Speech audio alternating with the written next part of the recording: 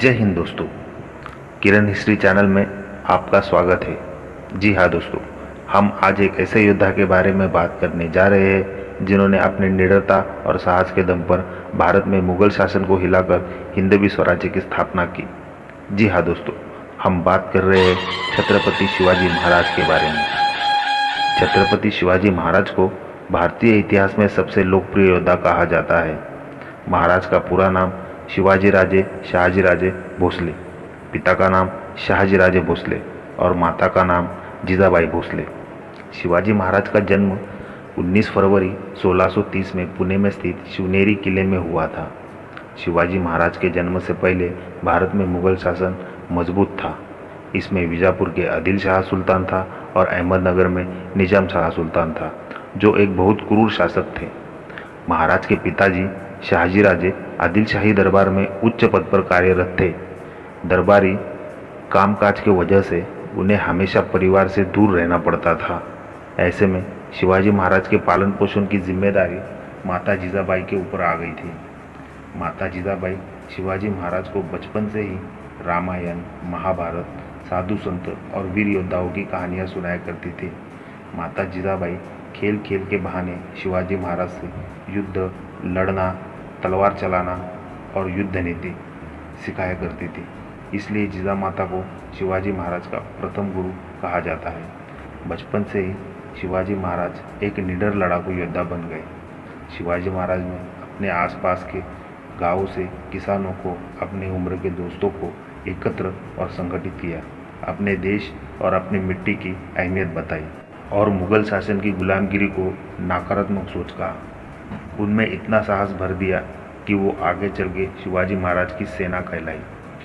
मात्र 16 साल की उम्र में महाराज ने 1647 में आदिल शाह में आने वाले तोरना किले पर विजय प्राप्त कर ली। इस विजय से महाराज की दक्षिण भारत में काफ़ी जय जयकार हुई। उनके बहादुरी के किस्से सारे भारत में डंका बजाने लगे।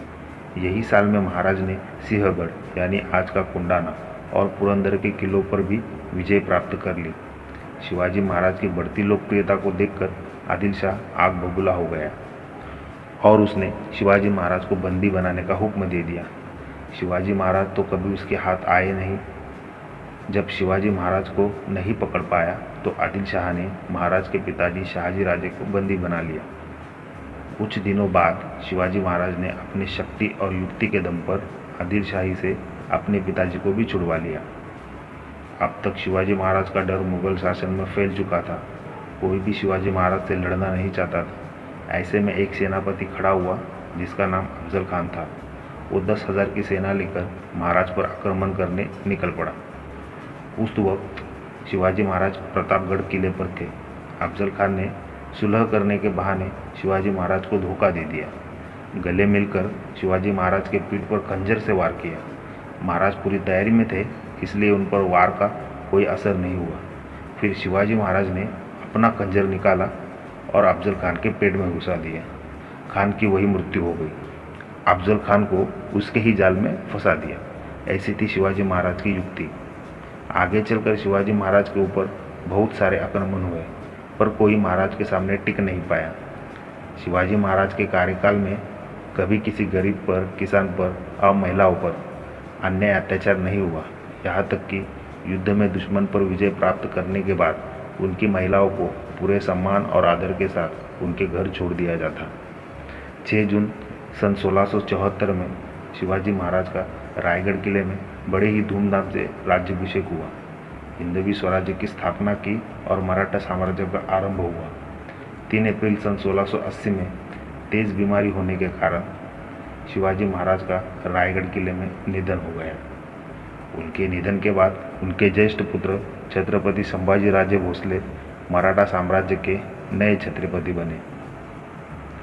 तो दोस्तों, जानकारी अगर अच्छी लगी तो लाइक और शेयर करना ना भूलें। हाँ दोस्तों, और सब्सक्राइब करना भी ना भूलें। तब तक के लिए फिर मिलेंगे। जय हिंद दोस्तों।